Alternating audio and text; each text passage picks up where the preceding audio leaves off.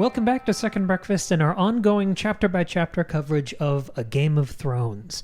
Today's chapter is Arya 3, and boy howdy, the whole time I was reading this, I was so happy for Maggie. Because of all the dreams and symbolism. And It's not just the dreams. That's too easy. Sure. It's that there's a character crawling through a castle the whole time with all these beautiful architectural descriptions, and then when she gets to Ned, he's got a big-ass old book. That's true. It's all the things you like. It was all the things I like. If we'd had a little bit of a food description, a crust of bread, some bacon. That would have taken it to the top, That would for have been sure. it. Yeah, no, this was a really, really rewarding chapter. I'm very excited to talk about it. How about I give a little recap, and then we can dive into our discussion. Quick spoiler reminder for everything in the books and the show going forward. Okay, so this is Game of Thrones. Arya number 3. It's so weird. I keep saying this. I feel like we've had 1,000 chapters with Arya, but this is only the third one. But again, characters appear in other people's chapters, so that's gotta be why. Okay. So Arya is zooming around the Red Keep, trying to catch a cat. She's got the zoomies. She's got the zoomies. She's trying to catch a cat. It is part of her training with her dancing master, water dancer, sword fighter. Oh my gosh, what's his name? Sergio Farrell. Thank you. I was like, Sergio Leone. That's not it. That's an American. That's an Italian director. Okay. Anyway, with Sergio, that's part of her like assignment is to try to catch cats. To be like quick and fast and quiet and all these things. As she's chasing this certain cat, she ends up kind of getting lost within the Red Keep, and she comes across Princess Marcella and Prince Tommen, who are the younger siblings of Prince Joffrey. They don't recognize her because she's dressed terribly and is all disheveled, so they think she's like a random beggar boy. And she decides, okay, it's probably good that they don't recognize me, because if they do, I'll get in trouble and I'll never hear the end of it. So what does she do? She basically like shoves Tommen down and runs. And of course the guards that are with the prince and princess try to chase after her, but she's very fast from her training, and she ends up like sneaking through this little window that they can't get through, and then she's like in this other part of the castle that she doesn't recognize at all, but she's escaped the guards for now. But now her other problem is that she's lost, and she has found herself in a very, very, very dark room that's full of what appear to her as monsters. From the description, we, the reader, can tell that they are the dragon skulls that we've heard legend of, but she does not understand that. But it's very, very frightening to her. But she really tries to keep calm and tries to keep going. And she ends up at the top of what looks to her like this huge well with steps sort of circulating, leading down. And she hears 2 men coming up the well with a torch, and so she like hides. And she overhears the conversation between these 2 men. She does not really understand what this conversation is about, but based on what we, the reader, know, we are able to understand quite a lot of it. But the big takeaways of what she overhears are that the wolf and the lion will soon be at each other's throats. It's only a matter of time until we understand he to mean Ned, figures out the truth. He has, it says like he has the big book and he has the bastards. He's going to put 2 and 2 together. He's going to figure out the truth. We also learned that war is coming. One of them kind of casually says like, well, one hand died. Why can't another hand die? We also learned that the, quote, princess is with child and that the call won't act until she gives birth. We understand that to mean Dany and Khal Drogo. One of them also really wants to act and move forward, while the other one says we should wait around for a little bit before we do anything. And he asks the other man to work his magic a little while longer. So again, Arya doesn't quite understand this conversation, but she ends up following these guys at a distance so that she can find her way out, because it's like pitch black in this place and they've got a torch so they can see where they're going. So she very quietly and very far behind follows them out. Eventually she ends up in the sewer. So she kind of crawls out, cleans herself off in the river, and then goes back through the front gates of the Red Keep to try to go back home. And they don't recognize her at first. They think she's a beggar, but she's like, hey, I'm Arya Stark. Like, Ned will kill you if you don't let me in. And they're like, oh. And so they take her straight to Ned. And Ned is, of course, very disappointed that she snuck off and left the Red Keep, and they were worried about her. And she, like, tries to apologize, and she also tries to tell Ned what she overheard, even though she doesn't quite understand what she overheard, but it seems important enough to tell him. And she has basically understood enough to know that, I think my dad is in danger. So she's trying to explain this to Ned, but it's not making sense to him. He doesn't really believe her. And then they're interrupted. Yoren from the Wall has come down to King's Landing, and he wants to urgently speak with Ned. And so Ned says, okay, Arya, we'll talk later. So Arya is taken away from Ned's room by Desmond, one of Ned's like guys. And she asks Desmond, like, hey, you wouldn't let anybody kill my father, would you? And Desmond reassures her and says, of course not. Like, we've got 50 guards guarding your dad all the time, and the men from the north are very, very strong. And that's the end of the chapter.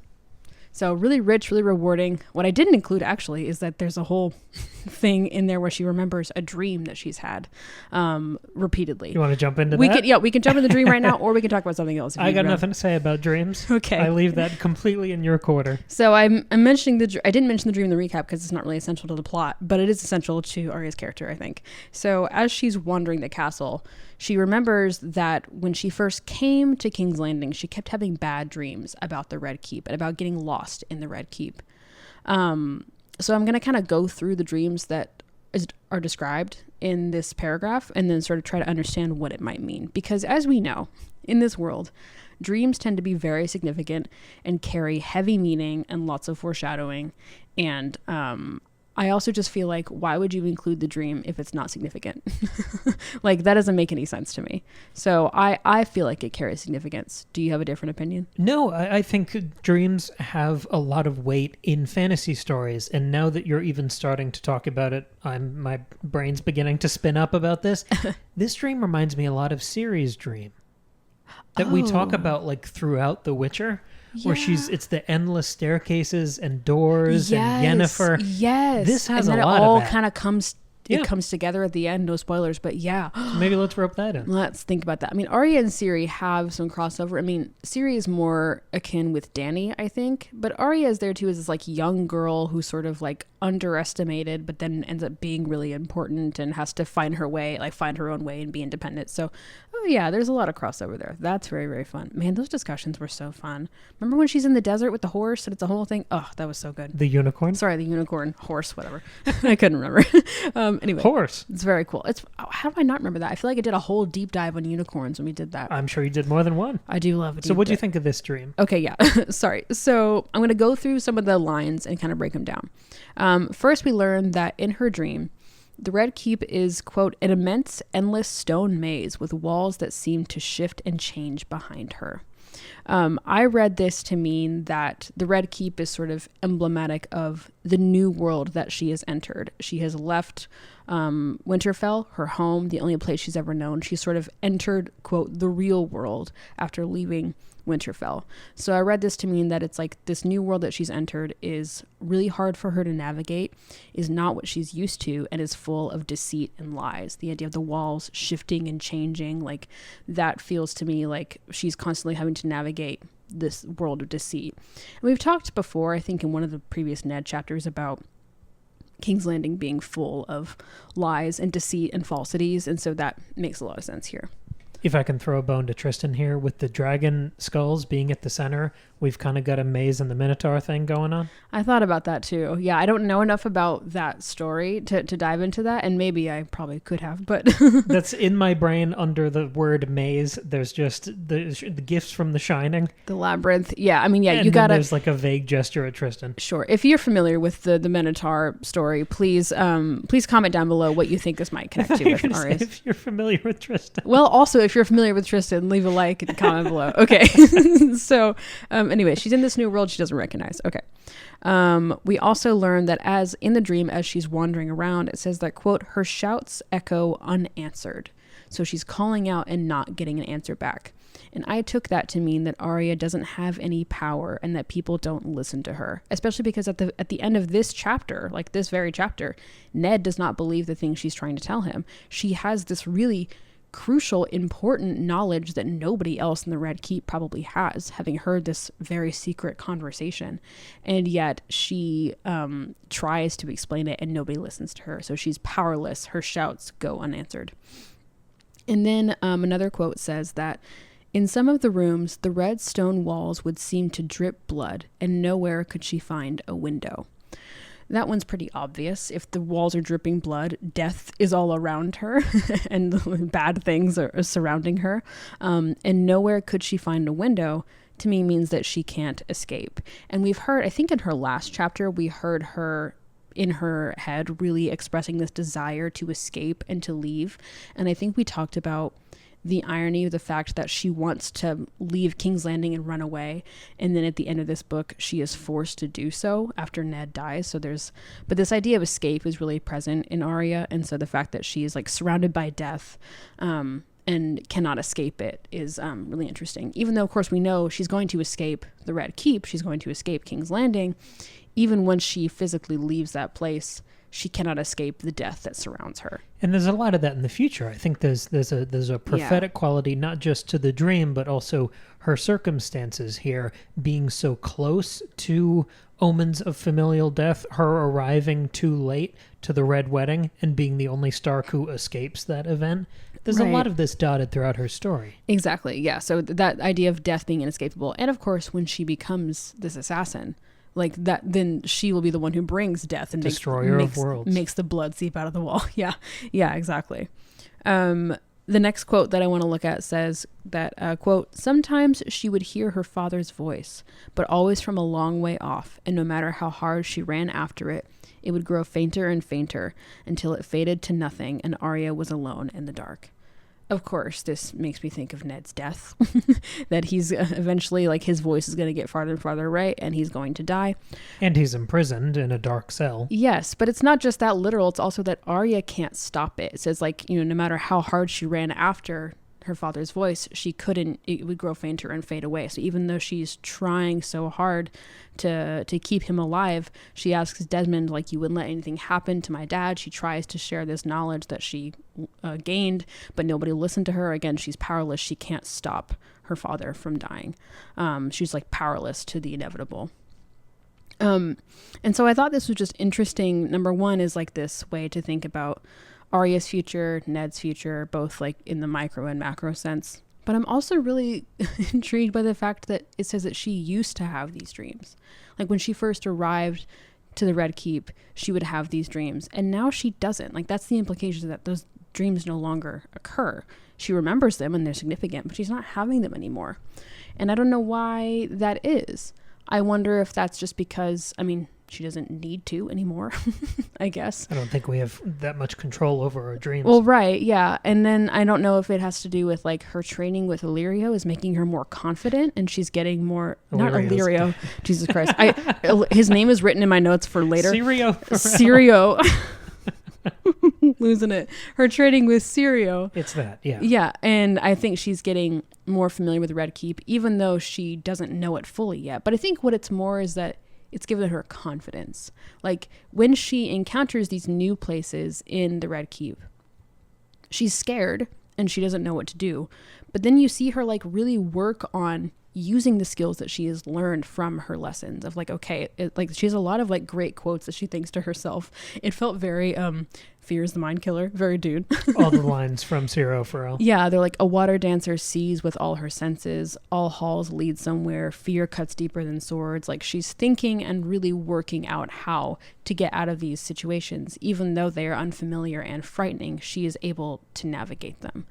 So she has something to do. I think we talked about this in our most recent Patreon episode about art that makes us feel patriotic. Look at that plug. So smooth. It's an hour and a half of us talking about over 60 works of art and their different kind of implications and twists on that idea.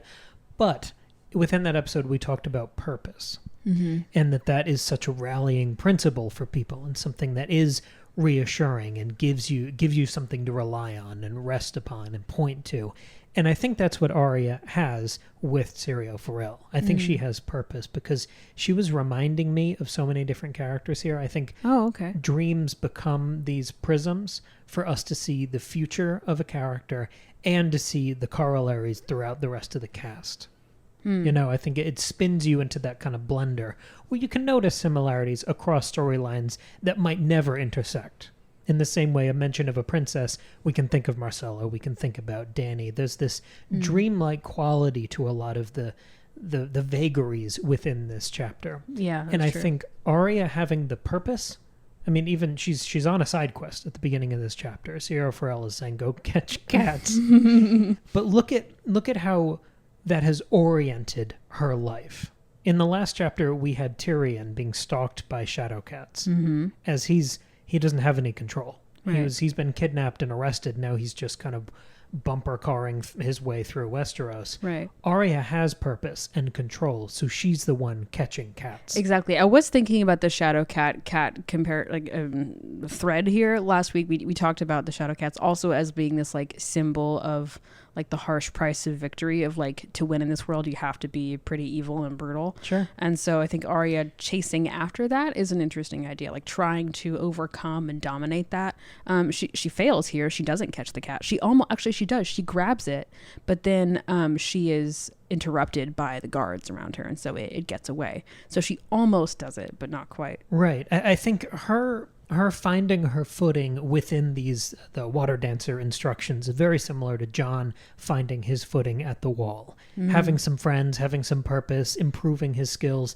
They're both preparing. And that has given them the structure they need to thrive. They both have their eye on the ball now. So I was reminded of Jon. I was reminded of Tyrion in the inverse.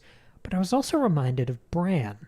Oh, sure. Yeah, because in dreams. No, not even that. Oh. In the first chapter, we see him climbing all over Winterfell. Yeah. And most of this chapter is Arya climbing all over the Red Keep. That's true. And she has that insight. She has that bird's eye view perspective, which won't become as literal as it does for Bran with the three-eyed raven. Sure. But it's interesting for her to evoke these characters that are much more stable and penetrating in their insights in survivability in this world. Sure. She even, when she does catch the cat for a moment, she kisses the cat in between his eyes, which is the spot where the third eye is, which makes you, one, think of the three-eyed raven and think about Bran. But also I think like the idea of the third eye in our universe is like, it comes from like Eastern wisdom and Eastern religion, and that to me is what Syrio represents. He's from Braavos. He's from this eastern part of the land, and the coding there, like the cardinal directions there, are the same in Westeros compared to ours, at least for the most part, as far as east versus west goes. So I think that's an interesting idea too. She's trying to sort of imbue some of that wisdom and like take on, I mean, the lessons she's getting are very like, you know, alternative Eastern medicine coded of like the way that she learns how to dance and be aware of her body, and it feels very it feels a lot like that. So I think that makes sense. That's interesting. Yeah. So maybe I don't get as much out of the dreams, but I can bounce off what you're pulling from. Sure. Well, also I think what you're saying makes sense too, because I was wondering like, why doesn't she have dreams anymore? And I think that's because what she's doing in this chapter is like the next step in that evolution. Because like the journey she ends up going on in this chapter, number one, demonstrates what she's learned in her lessons, but we also get more prophecy for her future with all of the stuff about blindness. Like so much of this chapter is her wandering in the dark. I think at one point it literally says she was blind, and it's not only her going blind, but her learning how to navigate that and doing it well. And we, of course, know much later in her story, she will temporarily become blind. So I think that also is like, so she doesn't have the dreams anymore because instead she's doing it in real life. And it's like that evolution. There is this weird bubbling supernatural throughout this world where things that happen in dreams can be omens. They can come to pass. So maybe she's not having the dreams anymore because, for all intents and purposes, in this chapter, she lives the dream. Exactly. Yeah. I think that makes sense. It pays off, right? Where the couplet is closing in this chapter from the previous dreams. Yeah. So you tie that in a narrative bow. There's no need for them to continue anymore. Sure. Yeah. Interesting. I like that. When I was looking at those comparisons, especially with Tyrion and the kind of inversion of the cat imagery, I felt like that was a distillation echo coming back. And we haven't talked about those in a few weeks. It just hasn't felt natural or germane. I don't want to force these theories just because they're mine. But I noticed another one here that is the bulk of my notes for this chapter, if we're done with the dreams. Yeah, I am done, yeah. So last time I talked about Aragorn, and I talked about Strider and Tyrion being this emergent hero in the same way that Strider sort of emerges from the shadows and becomes the hero of that story. That was a very fun discussion. I liked it. The one thing that you didn't have time for in the recap is this big joke about wizards. And that's what I want to play with here. Yes. So it's Arya recounting what she overheard to Ned, and she's trying to characterize these two guys who are chatting as, I mean, they're basically conspirators. It's very like Julius Caesar, and she's sort of eavesdropping in that very old Elizabethan sort of way. Yeah. I think a recent example, Anyone But You, the rom-com, did this eavesdropping, overhearing thing. I think that played on that concept in a really funny, modern way. But Arya's doing that here. It's just not a punchline, so you don't maybe notice it as overtly. But I was really taken by this eavesdropping on the conspirators, and that she tries to describe one of them later to Ned as a wizard. Yes. If you're going to reference a wizard, and it's so on the nose, it's like a wizard with a long white beard and stars all over the hat. So yes, that's a reference towards just the classical archetype of a wizard. Yeah. But if I spent the last chapter talking about Strider and Aragorn, I'm thinking about Gandalf. And I think the immediate question whenever I think of a Tolkien comparison within another work of fantasy is why? Right. What's the point of this? Is this just an in-joke for fans of the genre? It might not even be Tolkien. It could just be a reference to wizards being silly. And it's sort of a joke that in a world with dragons and a bunch of other fantasy shit, it's funny that wizards are like, oh, that's an absurd punchline. Yeah, right. But I think there's more to it than that. I think there is a point to referencing Gandalf in this story at this point. And I think it's to make us sort of rifle through the couch cushions and highlight that we don't have a Gandalf in this story. No, we really don't. We don't have any sort of like older mentor who carries wisdom and can maybe do some kind of magic. That character doesn't exist. That's a beautiful way of saying it, because I think we're highlighting his absence. And that makes us look at everyone else. We have to give them kind of a second glance, right? To interview. we have to speed date all of our current characters to see if there's a Gandalf in the bunch. And I think that's maybe the working thesis through this chapter, that we are still grasping for any sort of character that can be a moral center, can be a wise and safe mentor in this deadly world. And we just don't have that character. It reminded me of, to pull to another modern example, Django Unchained, which we also talked about in our last Patreon. But The Hateful Eight, which was the next Western from Tarantino, which is basically a parlor drama of a bunch of characters in one room. That started as a Django sequel. But as the story was being written, as it fleshed out as this tricky, untrustworthy, amoral kind of smorgasbord of characters, Tarantino said that he realized you can't have a place for Django in that story, because then you'd have a moral center.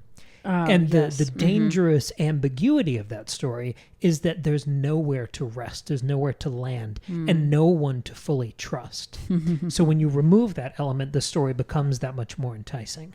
I think that's what's happening here. Oh, yeah. By not having a Gandalf in Game of Thrones, you have that sense of unease. There is no handhold to comfort you through this world. Yeah, because even though you have characters like Jon who are pretty morally like on the right side of things and are the most like quote unquote heroic, you still they're so like Jon is so young and has no power and has nobody to rely on, and so you're still nervous for him and you see him make mistakes and be an asshole about things. So yeah, that makes sense. And Gandalf's not just a warrior when he needs to be, but in this world he would also be the wisest, oldest maester.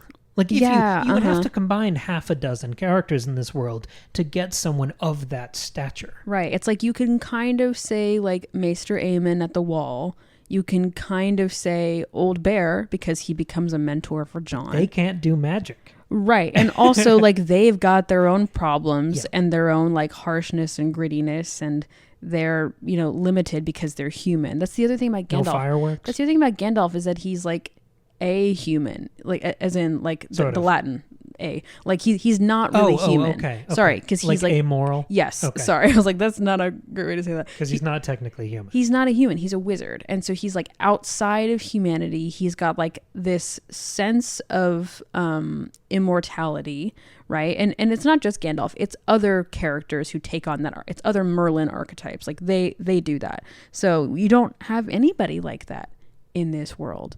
Because the only other magical character we get is Melisandre, but she's not a Gandalf. She's like this femme fatale, like enchantress, like scary woman. She's not like this source of wisdom or mentorship. So we really don't get anybody like him. Right. And so for me, the most astounding image within this chapter is Arya squinting through the shadows and seeing the dragon heads. And I think on the subtextual level that we get to sort of pull out and play with on a podcast like this, we're doing that, kind of squinting in the shadows, looking for a Gandalf, looking for a moral center. I see. But there's more to the chapter than that. Like, that's not that I don't think that can be the end of the analysis, because there are so many references to monsters.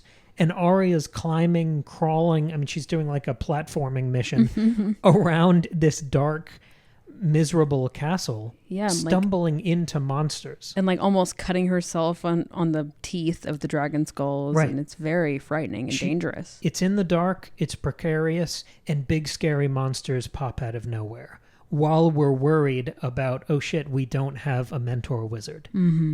This is Khazad-dûm. Oh, okay. Sure. And I think that makes the dragon skulls the Balrog. Yeah. And that is what they represent. Yes, they're not alive, but we know on the horizon how big the dragons will get and how important they will be. And she also thinks to herself, like, she could feel them watching her. Like, it's like they knew she was there, you know? One of them, like, rips at her. I mean, the tooth, it's written as though it is alive, the way it rips her leather jerkin thing. Yeah, right. So I think this is sort of her, in the same way her dreams, she went through these images and memories and scenes. This is a very dreamlike, short form navigation of the Khazad-dûm thing. I think that. In a subconscious way, sort of spinning off the absence of Gandalf. Well, and it's so sad because part of what that Khazad-dûm chapter like segment does for our fellowship is it really unites them, and it's one of the first times I might be mixing the movie and the book, but it's one of the first times they really unite and like come together on something, even though they're bonded by the trauma of losing Gandalf, right? But here Arya is doing it by herself. She has no fellowship, but that's her whole arc, is that she's always alone. She occasionally has a buddy like Gendry or Hot Pie or the Hound, but for the most part she's by herself and has to work things out alone.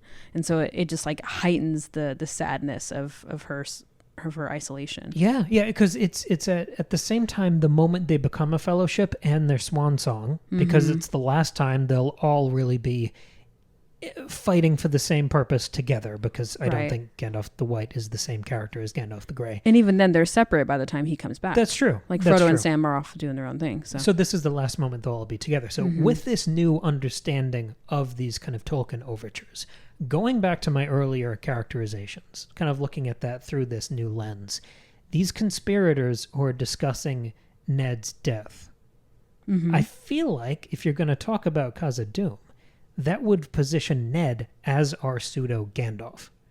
Because Gandalf dies right during and right after Khazad-dûm, and we know they're talking about his death. Yes, and Ned is on his way out.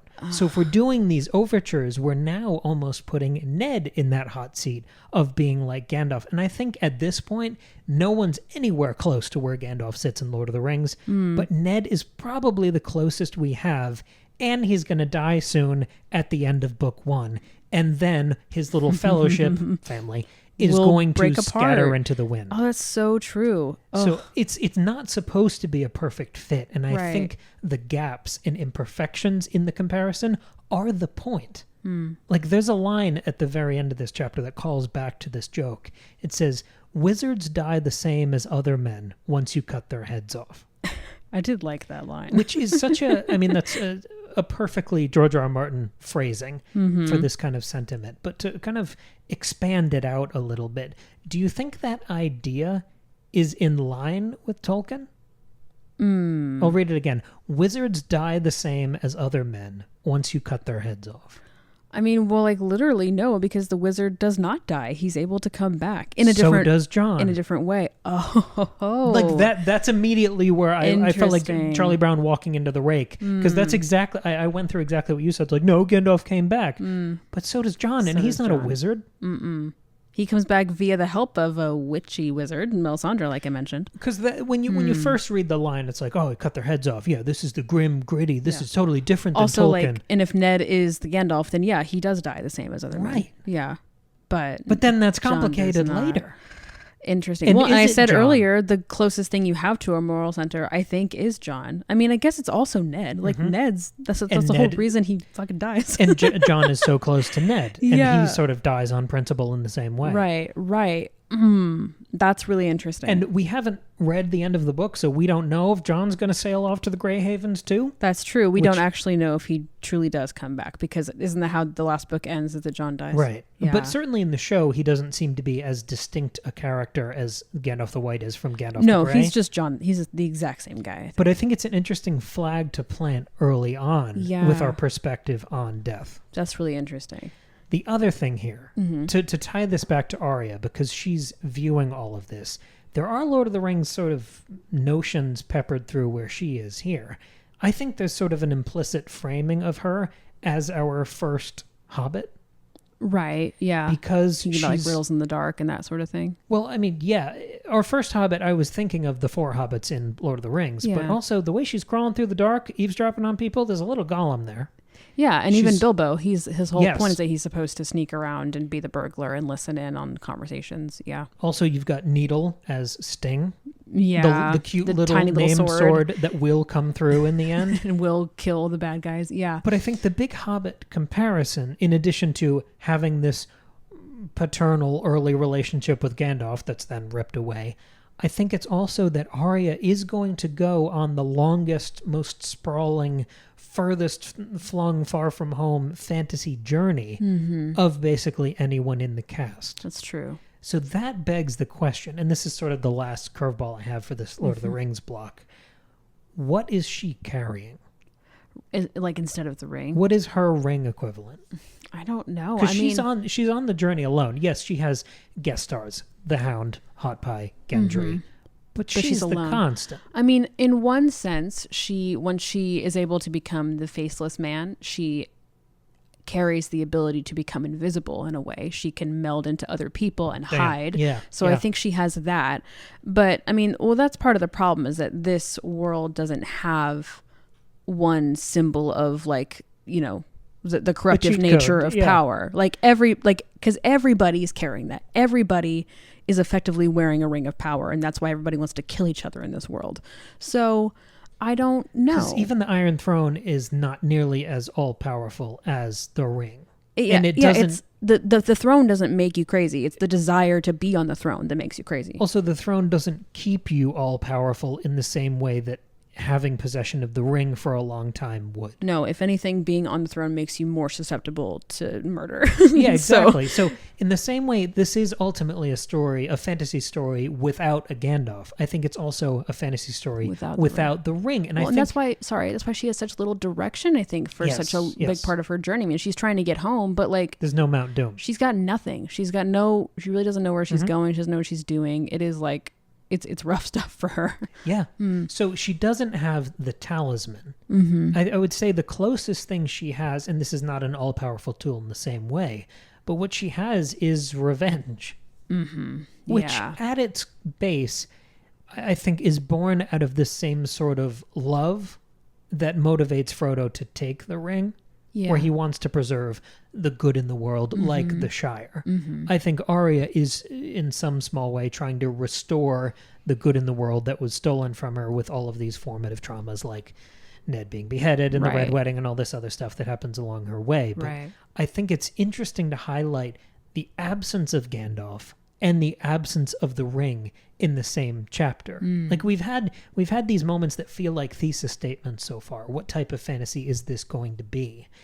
I really liked this one because it wasn't trying to outdo Tolkien. I feel like it was just a clarification of intent. Yeah, and it was like recognizing and acknowledging Tolkien, and then it was a departure. Yeah, it was intentionally departing. If we were kind of coasting on the runway, taxiing on the runway, this was the moment of liftoff from any sort of inspiration or direct corollary that you could map on top of this plot. We're now firmly in our own headspace here. Yeah, I really, really like that. I think that's a fascinating way to understand this chapter.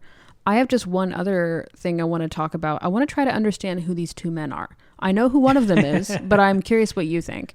Let me describe these two men to you, because again, Arya does not understand who these guys are, but we get a lot of clues and details about them that, in a way, I believe the narrator is trying to tell us who they are, trying to get us to understand. So there are two men, Man number 1 is described as having a round, scarred face, a stubble of dark beard. He wears a steel cap. He's stout. He walks very quietly, and Arya finds him oddly familiar. This is also the guy who wants to act now instead of waiting, and he's one who's called the sorcerer by the other guy. They're talking about it in a metaphorical way, not in a literal way, but Arya misunderstands and thinks that he is a wizard. So there's that guy. The second guy has an accent that tells Arya he's from the Free Cities. He's got a forked yellow beard. He's very large. He walks very lightly. He wears rings on all of his fingers. And he asks man number 1 to, quote, work his magic a little while longer and to wait a little bit longer. So at first I didn't know who either of these guys were. After some thinking and confirming from earlier chapters, guy number 2 is Illyrio. Yeah. I was like, is that Illyrio? And I then remembered the beard. Yeah, I went back and looked at the first Dany chapter. It's totally Illyrio. So I know who that is. Who's the first guy?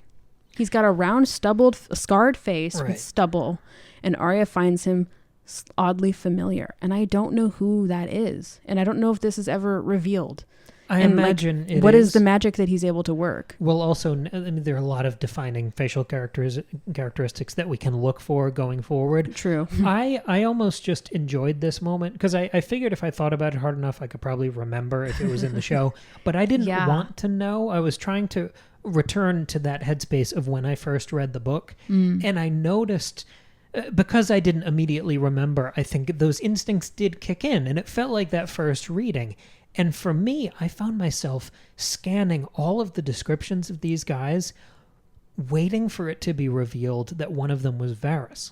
Well, that's what I thought it was too. Because I was looking for a chance not to trust him after the last conversation with Ned. Especially when he came into Ned's room kind of disguised. Like, Ned didn't recognize that it was Varys at first. Like Hoodie Daemon. Right, but this guy has a scarred, stubbled face, and I don't know what... But it's not the Hound. Right. Who else do we know with scars? And, what kind of prosthetics do they have in Westeros at this time? So I think that's what his real face looks like, but why would Arya recognize him? I mean, I guess she must have seen him around the Red Keep at some point. I guess that's what it is, but it's not, and it's not Littlefinger because they talk about Littlefinger, so it's not him. And if it was Varys, that would be really great, but I don't know how he would have disguised himself like that. And I can't picture him with stubble. And why would he bother disguising himself with Illyrio? Like, obviously, he and Illyrio are in cahoots. He's the master. He doesn't need to disguise himself. So who is he? I don't know. I hope we'll find out. Maybe I just don't remember what that reveal is. I almost looked that up. I almost tried to rack my brain, but I think I want to sort of cherish these moments that put me back in that headspace of the first reading. So me too. And if you don't remember, if you honestly don't remember, leave a comment. Yeah, tell us. For YouTube, if you Patreon. actually know, please don't say. But if you have a guess, like if you don't remember either and you have a guess, we'd love to hear it. Or even, who was your first instinct? Who were you worried that it was? Yeah, who did you think it might be? Yeah, because I think in the show, with this scene, it's just Varys and Littlefinger. I think they just simplify it and make it Varys and Littlefinger in the show. But because I don't think Illyrio ever actually comes to King's Landing in the show, but I don't think it's either of them here, so I don't know who it is. I know it isn't this person, but after the last Ned chapter, wouldn't it be interesting if it was someone like Barristan Selmy? Yeah, that would be interesting. Like when you see this idea of people reaching out to become friends with the person that they're going to betray. Yeah, I just want to know what. That is interesting. I just want to know what this magic is that he's working. Like, what does Illyrio mean by that? Work your magic a little longer. Like, what does it mean? I know. I just want to know. I know. So I'm excited to keep reading and figure out and connect these dots because this is fascinating. But we're getting that sense of conspiracy in a real way. I think instead of just having these overtures and references to spy masters, we're now seeing that. We're getting glimpses of these networks and these larger plans. And I think this is where the Red Keep really starts to open up. Because you need to see Littlefinger and Varys do some stuff to believe in this legend, this mythology that surrounds them. Totally. And that's about to crack wide open, especially between Littlefinger and Ned. So I think this is a beautiful way to kind of open that couplet. Yeah, I like that a lot. Anyway, curious to follow that.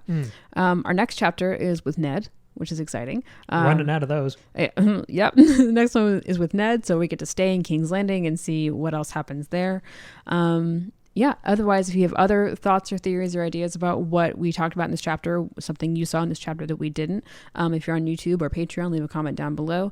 If you're just listening on a podcast platform, you can send us an email, secondbreakfastpod@gmail.com, or you can message us on Instagram, secondbreakfastpod. Otherwise, you can just shout your ideas to the void, I guess, and we'll maybe hear them just, through the vibes. But otherwise, we'll see you guys on, let's see, today's Friday. We'll see you on Tuesday for another House of the Dragon episode.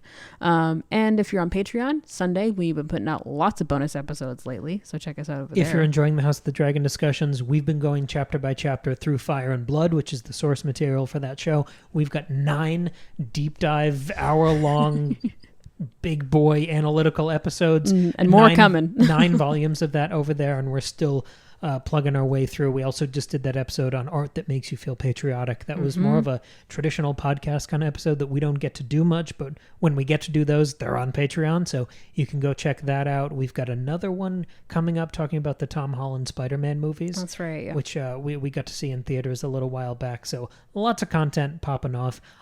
I really enjoyed this chapter. I think Me too. It was good. We're really cracking open this book now and getting into the kind of meat and marrow that I wanted to play with. So yeah. I'm very excited to get back to Ned next chapter. Thank you very much for listening and joining us for this discussion. And we'll see you in just a few days with a brand new episode. Bye.